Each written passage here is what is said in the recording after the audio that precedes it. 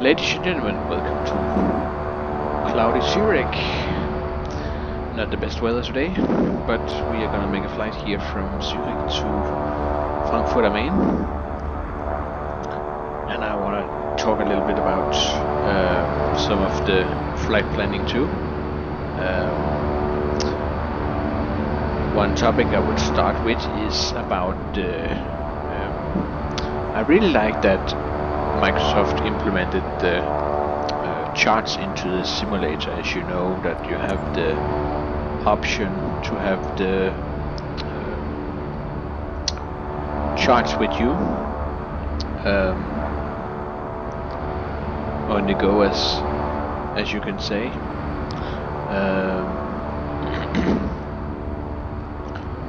One thing that I want to say about it is what people may not be aware of is that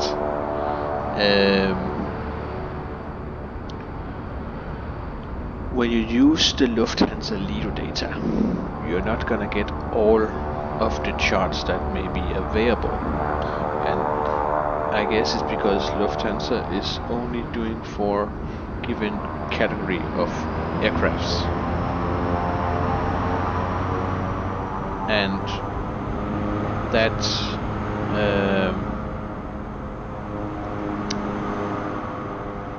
can be a bit of a challenge depending on what kind of aircraft you're flying, because in the simulator here you can be flying smaller airplanes too, as you know, and then you may not have the right charts for that kind of aircraft. Now when we are doing this flight, we are not able to go to our destination Frankfurt via the main route that I just did on Microsoft's own website for flight planning, which I just imported here. The arrival procedure, if we look at that, if it would let me, basically this one,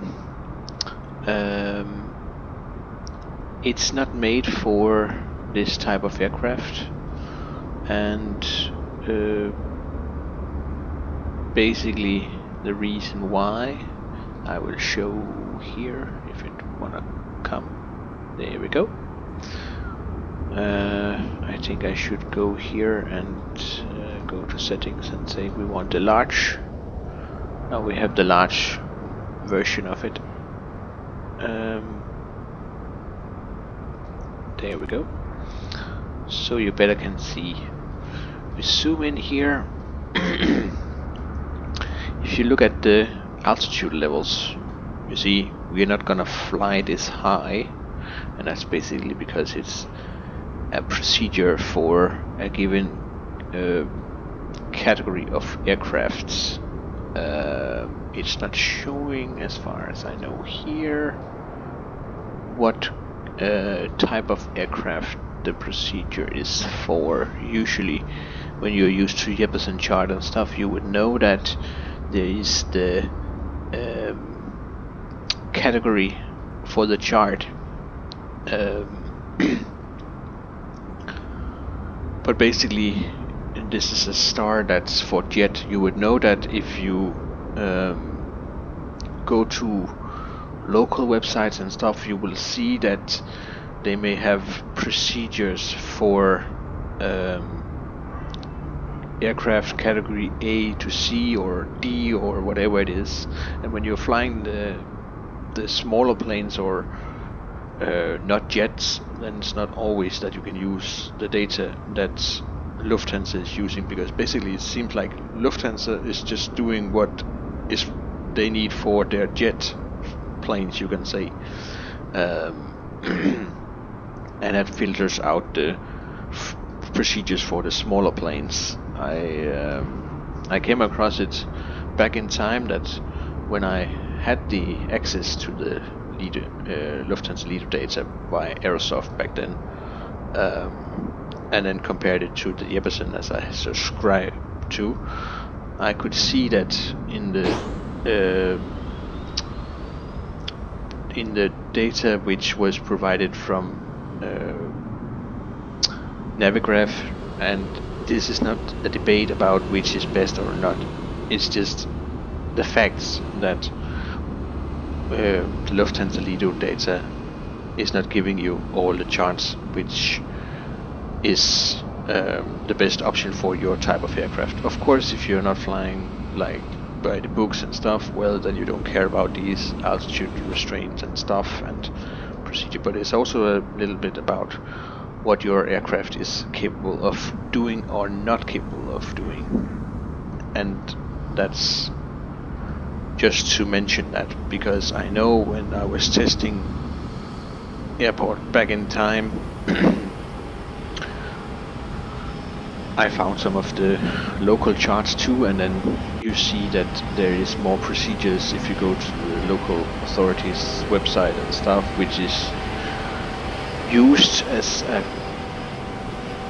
base for these charts, which whenever it's Jeppesen or it is Lufthansa Lido, you can say that Lufthansa Lido data and the Navigraph data is just put in the same format, so people know this is the format, this is how, where, and to see the things, but it is all available on the websites for the given countries and stuff. Like in Denmark, there is a given website you can go, and there you can see all the charts, and they are then redone in by Lufthansa Lido data into become a part of this, just like Navigraph is using the Jeppesen, and the Jeppesen company is building the charts according to how the local authorities charts are looking. Just a little bit of a background there. Okay, fine. Let's get into action here. We are, as said, in this cloudy environment here in Zurich. Not the best visibility right now, but when we just get up here, it's a little bit choppy with the clouds, but it should be just fine up here. So let's get in our aircraft. Just gonna run over here to our little Saab, and then I will show you the flight planning just as it is supposed to be. Yesterday we did a little mix match about it and showed some of the errors that can occur, and this is not a demonstrational video at all, how to start up the aircraft and all that stuff. We're just gonna do the shortcuts and just get the plane going as quick as possible to make this as informative and as short as possible, because no one wants to sit here for hours and watch nothing. Okay, local QNH is set, and then we are gonna fly up to around 12,000 feet, I guess. That's what I initially set for. Lights on. Whoops. Here we go. And remember the gust log, as I said yesterday, as the plane won't go anywhere. Then let's go down here, turn on the instrument here, go to the UNS units, and basically do the flight plan as we intend to. So we just go back here, go to our flight plan, and we know that we are gonna depart runway 34 just as the planes are departing. So hopefully also this time you will see that it goes a little bit easier to understand, hopefully, than what it was yesterday. Yesterday it was a lot of details, so that's how it is.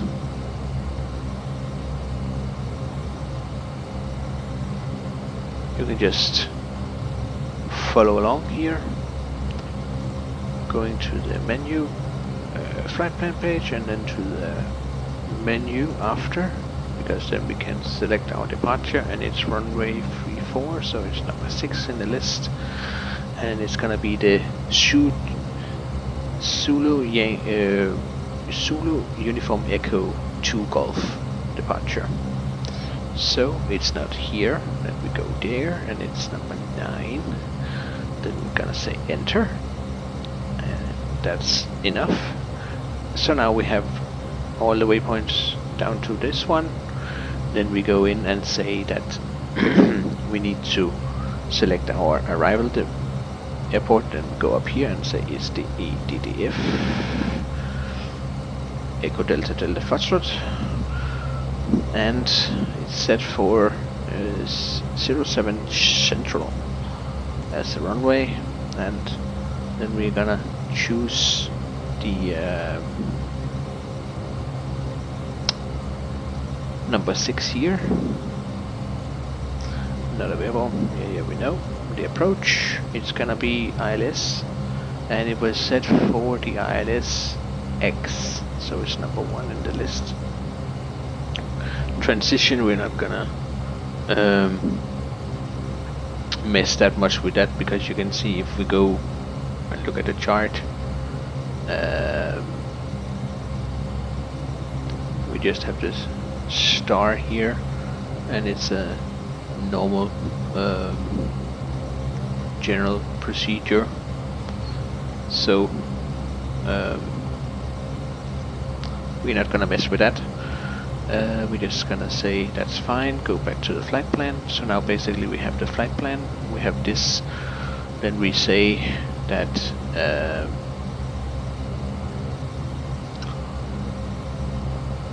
after usually, of course, you won't remove this, because if you need to change the flight plan, but as you saw in the video yesterday, there are some clunkiness, so just to keep it simple, because we can't go up here and then work our way backwards, we have to do it the opposite way. So yeah, we could go to the line here, then say this way, just like yesterday. Then you see here find route between, then it gives us 2 waypoints we can use in between. So that means that the MPAX is our entry point for the star at our destination.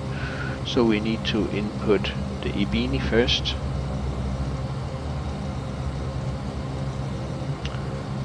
enter, and accept it, and then you see here we go to the EBINI and put the relax,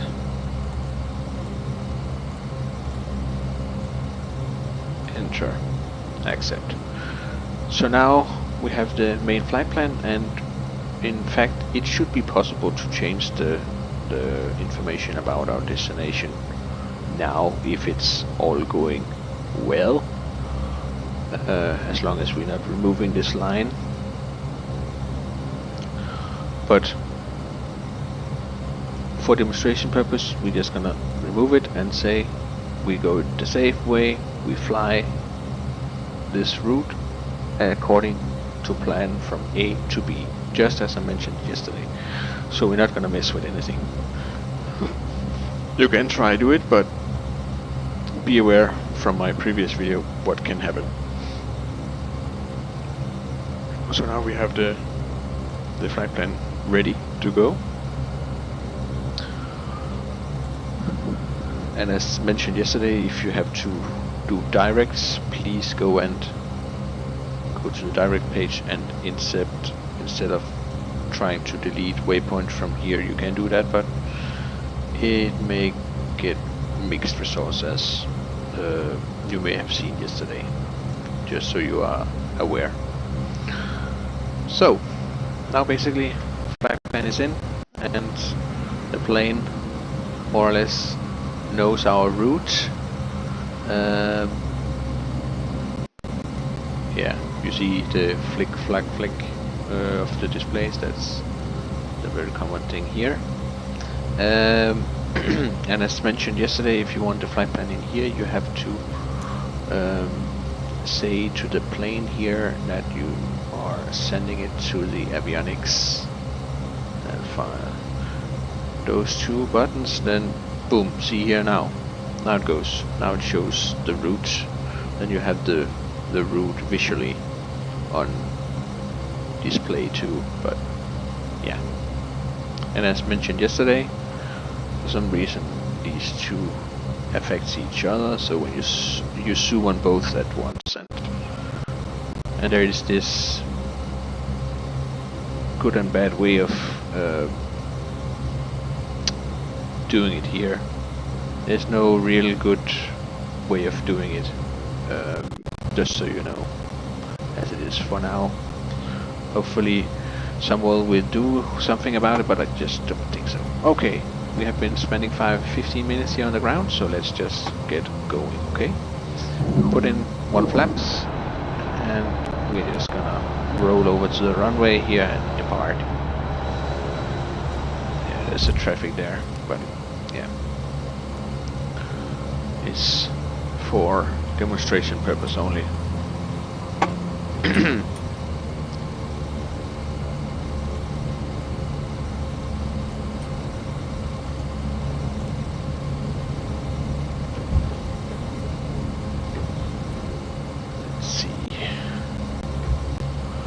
That's one thing that I a little bit is annoyed about, that you can just, it's both good and bad. I would say that it would be better if, yeah, you can start by the runway, but you should start at the side of the runway, because then people can go to the runway instead of blocking the runway.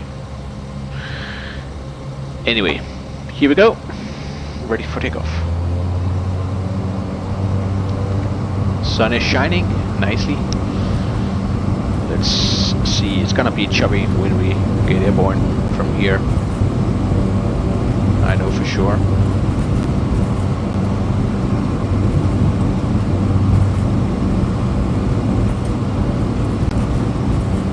Slowly but surely, we're getting to the rotation speed here.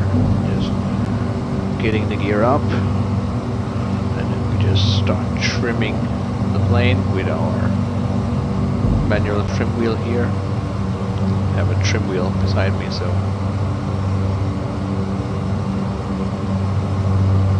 sorry for the lag here. It's a bit laggy. My computer doesn't like these airports here, so I apologize for that. That's why I usually don't like to fly in dense areas like this, because my computer don't like it. Okay, and we are airborne, but basically what you see now is that you can't really see much on your instrument, also because of the zoom levels, as you see here. I know I have a waypoint here to the right, and if I open our sit here, it will of course show me. Oh, it's overcorrecting here, sorry. And we are okay on both speed and altitude, but we have to make our turn steeper, as you see. But as mentioned yesterday, sorry, it's a bit challenging here for me to demonstrate it all on those small screens. Focusing on it. There we go, more flaps coming up. We're coming up to around 5,000 feet here now. There we go, now we are more steady. I apologize for that.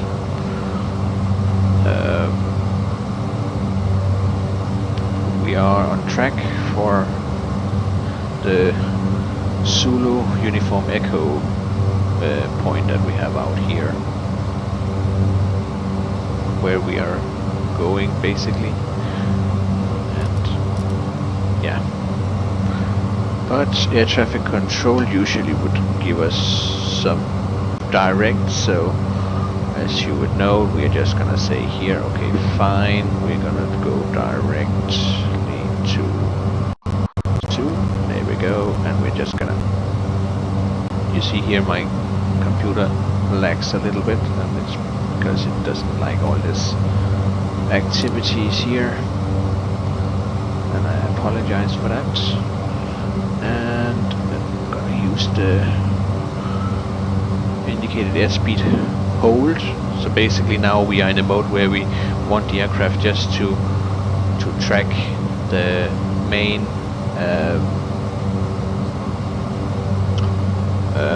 airspeed that we preset, and then we'll just adjust our vertical speed according to that, whatever it possibly can achieve here.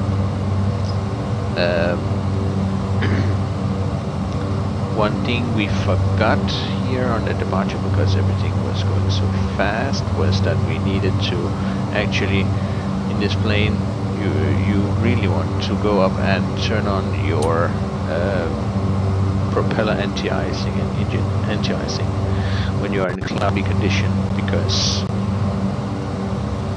so we don't build up too much ice and stuff when we're going through the clouds. But we are above the clouds right now and it seems fine. Have to go back to the standard parameter setting now, and then we're just continuing our climb out here of Zurich. Pushing this button, it will show, see, we go more direct instead of going here, and then we're gonna make a very sharp turn. It's not the best routing here because we are going forward and backwards. It would have been better if air traffic control would have given us a direct to one of the other points, but we can then say that would also be fine if they would then make a direct up to impacts, and we can just say that air traffic control does that. So after this we can just say a direct to, press the button, and we want it to go all the way up to impacts. So we actually go beyond those waypoints it was making, but see, we actually have some activity here for the weather, so but we are still on the safe side, so we're just gonna say 11, enter, and then the plane would go for our waypoint up there. Usually when you do these changes, you should put on heading hold, so you are flying a given heading. In case of something went wrong, then you get time for correcting it and putting it back in if it's the real plane. But as mentioned yesterday, and you may have seen if you have seen my previous video from yesterday, that things can get very wrong if you start trying to mess with this unit down here. So as I said yesterday, and I said again, don't mess with the unit. It's perfect for flying A to B if you just set it up and go. That's my best advice for it. Or at least in these direction, in this way here, like saying, okay, we get a direct, go to the direct page and then say direct. Don't start editing the route, because it would just make more headache than good is. Even if I go and change some of the previous waypoints, if I want to delete them or something, it has a tendency to make issues to even that you're going to an entirely other waypoint. So just so you're aware of it. Okay, let's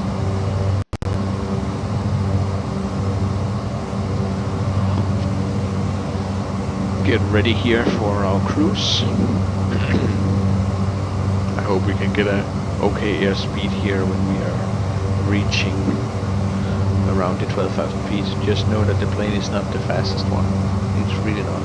I like the plane, but I just wish it could go a little bit more, like 250. Then it's more my kind of plane, you can say, but that's not how the Saab is.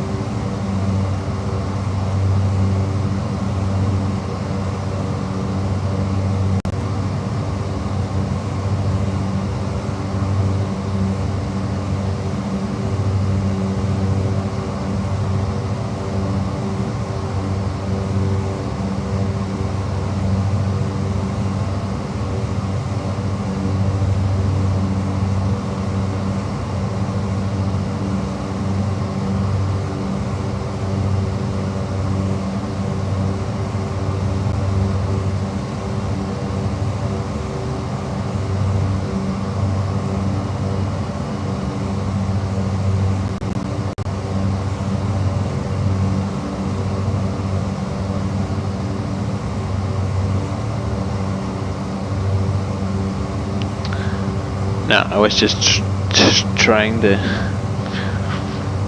controller to see if it would make it more smooth, but seems like it doesn't like that either, so we apologize for that. Okay, and we have quite a route up to our destination here. We're gonna make some shortcut because as this would just be boring to sit and watch for too long. So, but we will see when we are going along. Just know that when we got up here, it's too high for us. We need to be much higher, as mentioned according to the chart.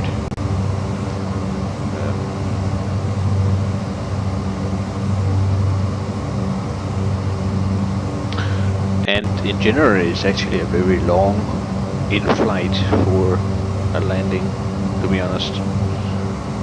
So, yeah. But it is basically because it's a very busy airspace.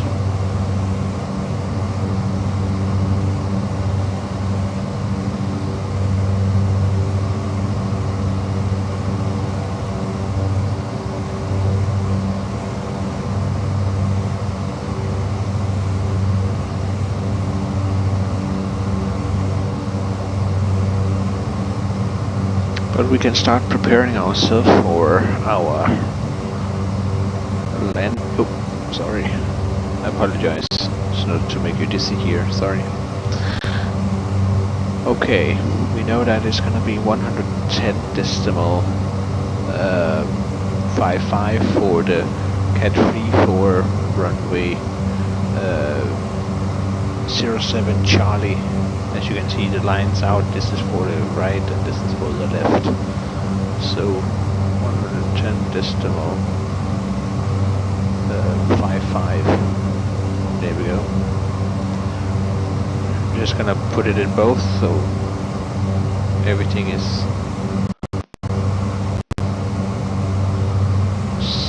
set.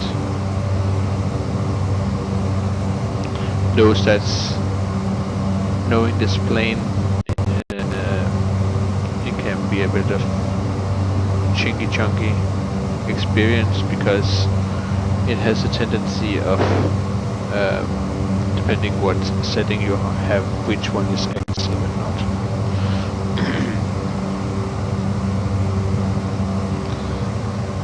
Now, so now it's set and we know that we have to go for it.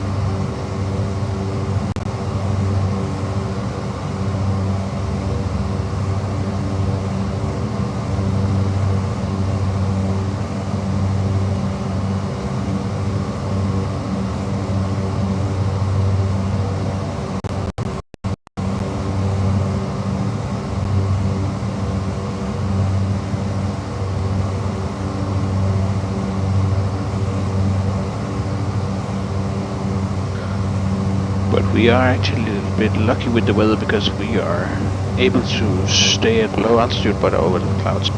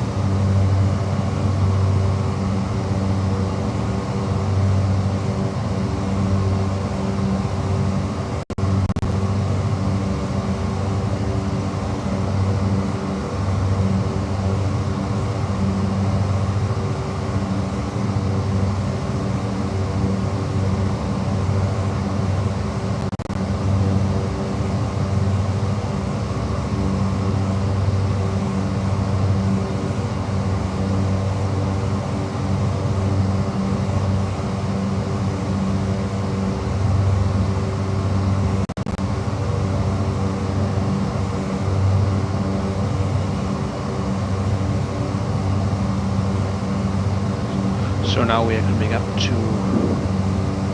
the first waypoints, as you can see on the chart here, where we're supposed to be around flight level 300-ish. And now we're just gonna make us direct like this.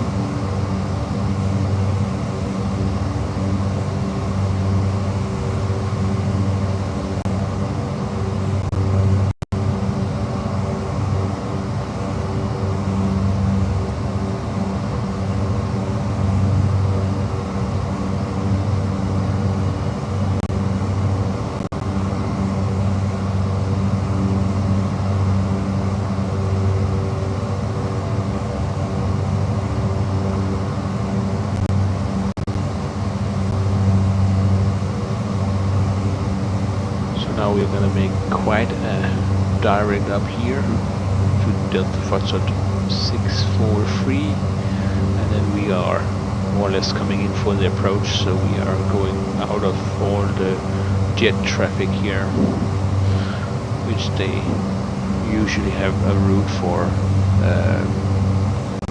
different type of aircrafts. Yeah.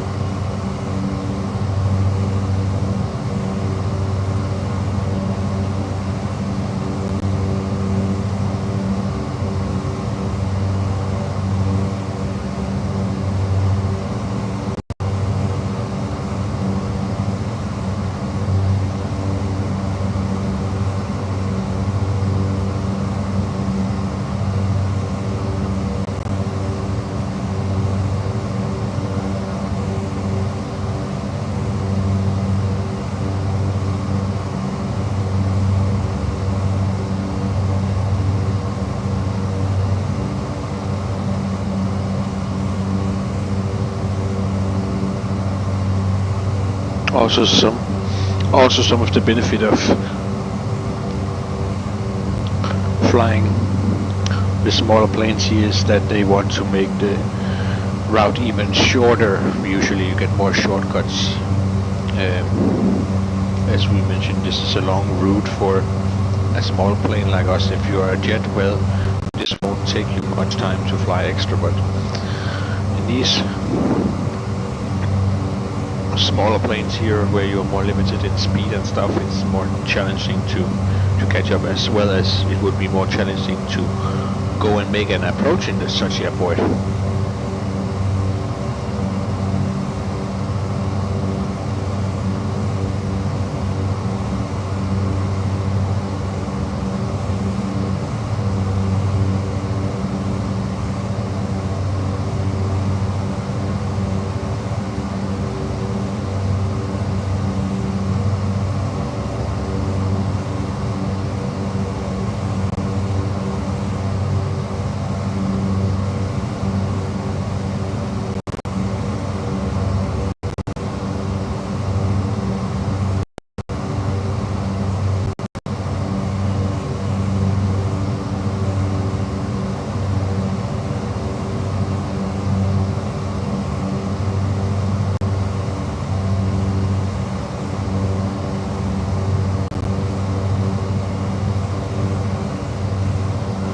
But it's actually okay flying weather today. I really have to admit that we are lucky with the weather today. Oh, when I see this sticker here for the window, it just reminds me of the good old times when we had the PMGG Jetstream. Was it 41? Something like that. Yeah, I know there was the Jetstream 32 as well for X-plane. I mean, it was even I like the one PMDG made. Reminds me of that plane when I'm flying a little bit this plane and saw this sticker here. So yeah, but we are pretty lucky with the weather today. It's actually a nice weather here.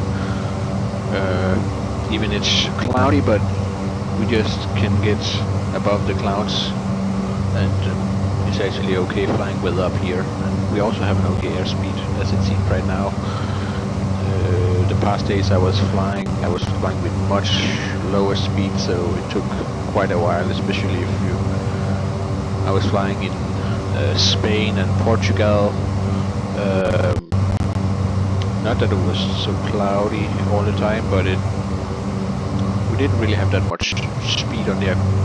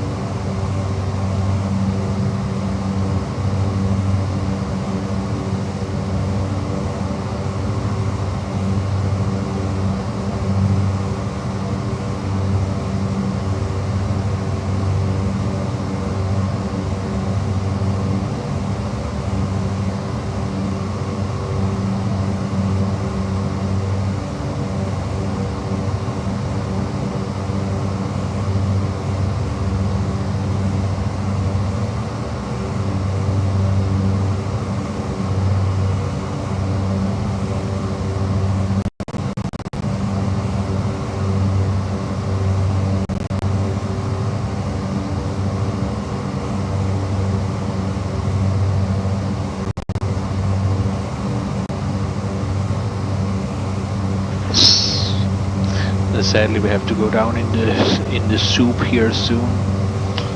And as you see on these marks here, basically this means that you should stay at least over 2,800 feet in like emergency. That's where you would go at those low altitudes. Just to tell you a little bit about what's on the information here, it has to be 3,900 feet, basically because of obstacles, and it's also showing obstacles around, so it's to clear those at a safe altitude. And you have that all around the airport and any airport on the chart you see.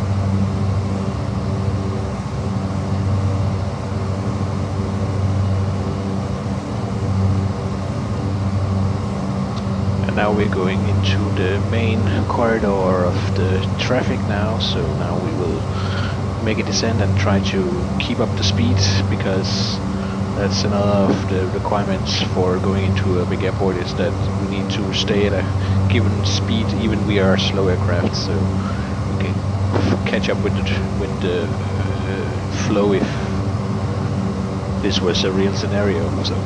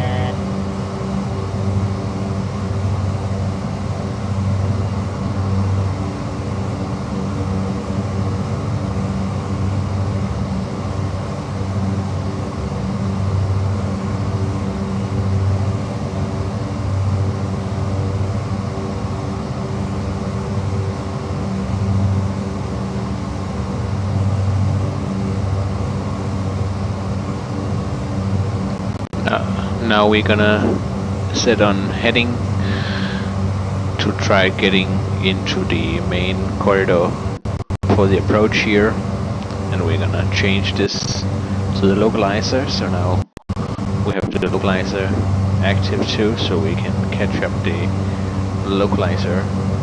Now you see it's changed to VOR1. We're on the main localizer, as you see.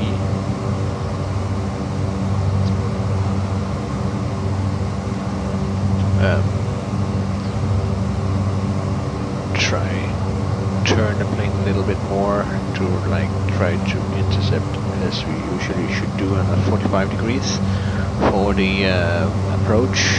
Engage the approach mode here.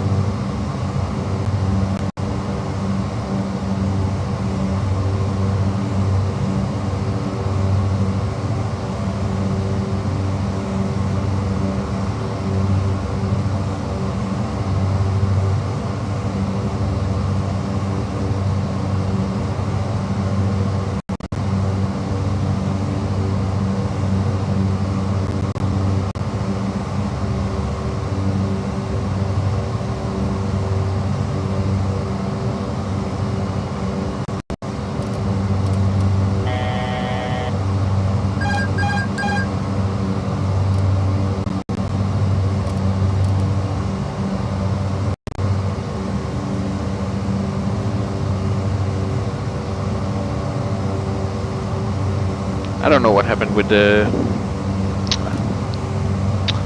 interception here. Seems a little bit odd. Now it comes back again. I don't know why it did this odd behavior. Let's see, now it's back to localizer and not on the VOR.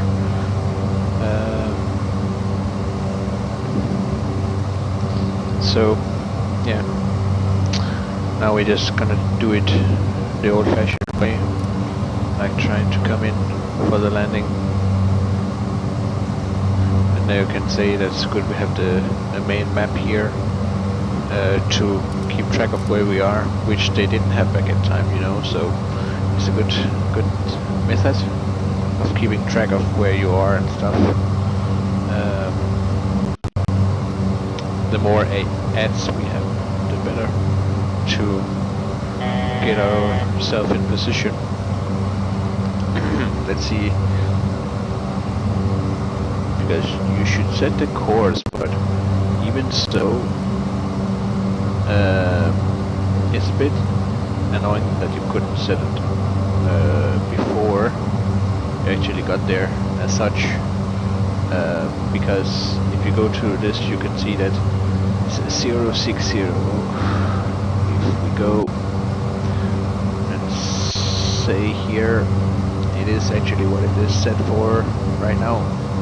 So it should be ready now for intercepting it, but we're just not getting any information from the glide slope either, which makes me a bit concerned right now.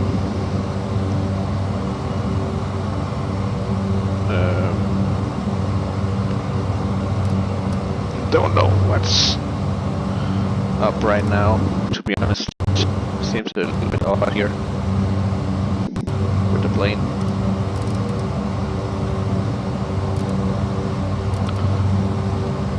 Also because we seem to be very, very far out right now. Yeah. But as mentioned, we can manage it. Here we go. Now we get the glide slope 2. That's good. That's good. It's just a little bit annoying that we were fighting that much. I apologize for that with the plane to get it. It's not as it's supposed to be, but yeah.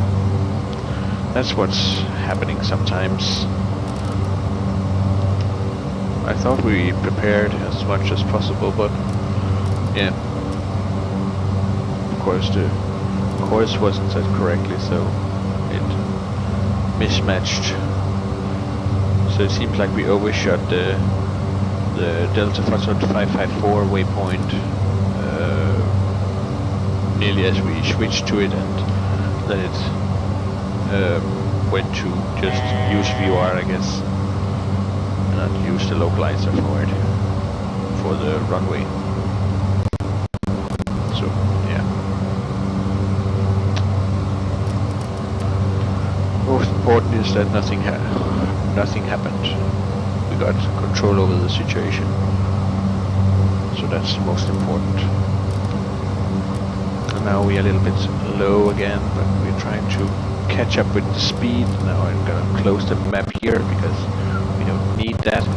Usually it would be nice to have this on a tablet or something besides you instead. That's why I'm a little bit, you know, yeah, it's nice we have it in the simulator and everything is running in there, but and especially for the flight planning that you can do it in there, even I would say that it's much better on their website anyway. So then it's better to do like the real pilots, go in to the website, make the flight plan and stuff, and then import it to the plane, and then boom, off you go, you know. Even I like the idea that you can do everything in the simulator. Don't misunderstand that. I really like that feature, but yeah.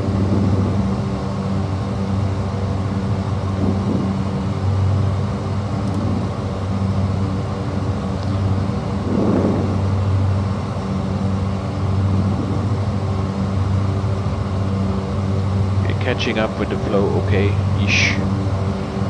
Keeping around the 3,000 feet marker here. Coming in for the approach here for Frankfurt Main.